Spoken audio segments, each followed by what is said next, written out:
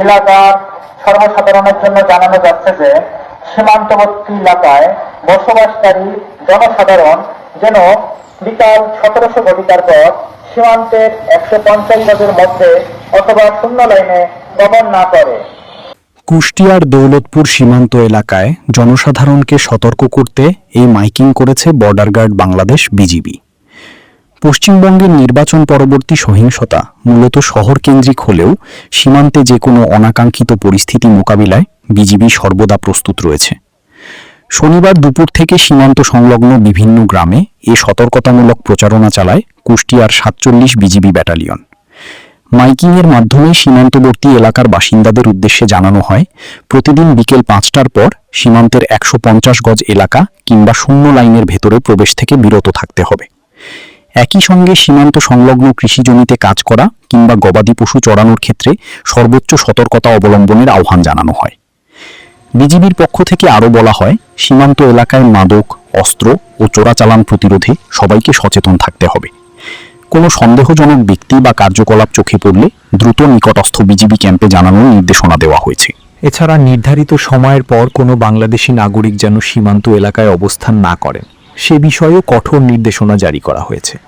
সীমান্ত দিয়ে পুশিং বা অবৈধ অনুপ্রবেশের কোনো তথ্য পাওয়া গেলে তাৎক্ষণিকভাবে সংশ্লিষ্ট বিজিবি ক্যাম্পে অবহিত করার জন্য স্থানীয়দের প্রতি আহ্বান জানানো হয়।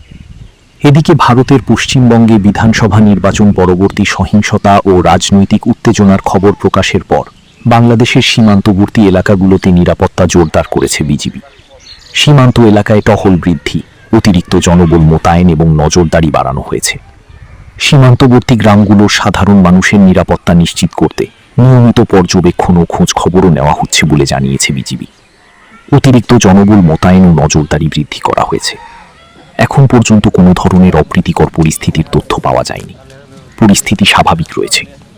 এদিকে ব্রাহ্মণবাড়িয়ার কসবা উপজেলার বাংলাদেশ ভারতের ধ্বজনগর সীমান্তে বিএসএফের ছড়া গুলিতে নিহত 2 বাংলাদেশির মরদেহ দীর্ঘ 18 ঘণ্টা পর বিজিবির কাছে হস্তান্তর করেছে ভারতীয় সীমান্তরক্ষী বাহিনী বিএসএফ। শনিবার সন্ধ্যা 7টায় পতাকা বৈঠকের মাধ্যমে 2 দেশের সীমান্তরক্ষী ও আইন শৃঙ্খলা বাহিনীর উপস্থিতিতে নিহত মুরসালিন ও নবীর হোসেনের মরদেহ ফেরত দেয় বিএসএফ। বিজিবি জানায়, শুক্রবার রাতে ব্রাহ্মণবাড়িয়ার কসবা উপজেলার সীমান্তে গুলির ঘটনায় 2 জন বাংলাদেশি আহত হয়। বিএসএফ আহত 2 জনকে উদ্ধার করে ত্রিপুরা রাজ্যের আগরতলার একটি হাসপাতালে নেওয়া হলে চিকিৎসাধীন অবস্থায় তাদের মৃত্যু হয়। বিজিবি জানায়, এ ঘটনায় বিএসএফকে প্রোটেস্ট নোট দেওয়া হয়েছে এবং সীমান্ত পরিস্থিতি বর্তমানে স্বাভাবিক রয়েছে।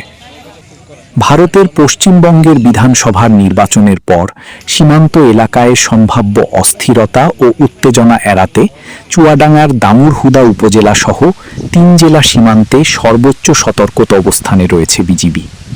সীমান্ত দিয়ে অবৈধ অনুপ্রবেশ, চোরাচালান কিংবা যে কোনো ধরনের সহিংসতার আশঙ্কা এড়াতেই সতর্কতামূলক ব্যবস্থা গ্রহণ করেছে বিজিবি। যে কোনো ধরনের অনাকাঙ্ক্ষিত পরিস্থিতি মোকাবেলায় সীমান্ত এলাকা জুড়ে বিজিবির টহল কার্যক্রম ও বিভিন্ন সীমান্ত পথে চেকপোস্ট জোরদার করা হয়েছে। দেশের সার্বভৌমত্ব রক্ষায় বিজিবি সবসময় প্রস্তুত রয়েছে।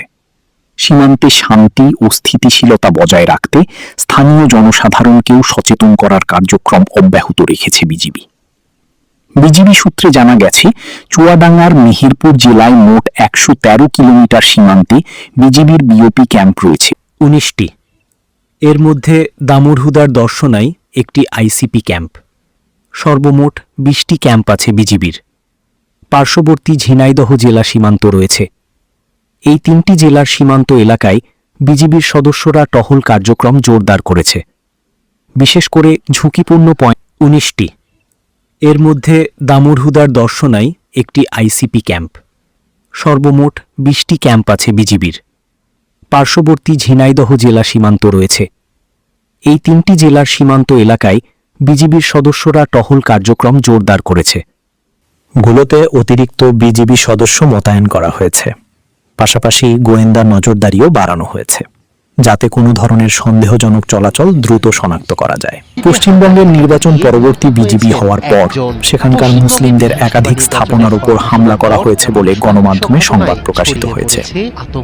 সেই সাথে যাদের ভোটার তালিকা থেকে নাম বাদ দেওয়া হয়েছে বলে তাদের ভারত থেকে বের করে দেওয়া হুমকিও দেওয়া হচ্ছে বলে অভিযোগ রয়েছে। এই সহিংসতা মূলত শহর কেন্দ্রিক হলেও সীমান্তে যে কোনো অনাকাঙ্ক্ষিত পরিস্থিতি সৃষ্টি না হয় সেই জন্য স্থল ও নৌ সীমান্ত দিয়ে ভারতীয় বাংলা ভাষাভাষীদের পুশিং ঠেকাতে সতর্ক রয়েছে বাংলাদেশের বিজিবি সহ আইন প্রয়োগকারী সংস্থা। বাংলার গেজেট প্রতিবেদন।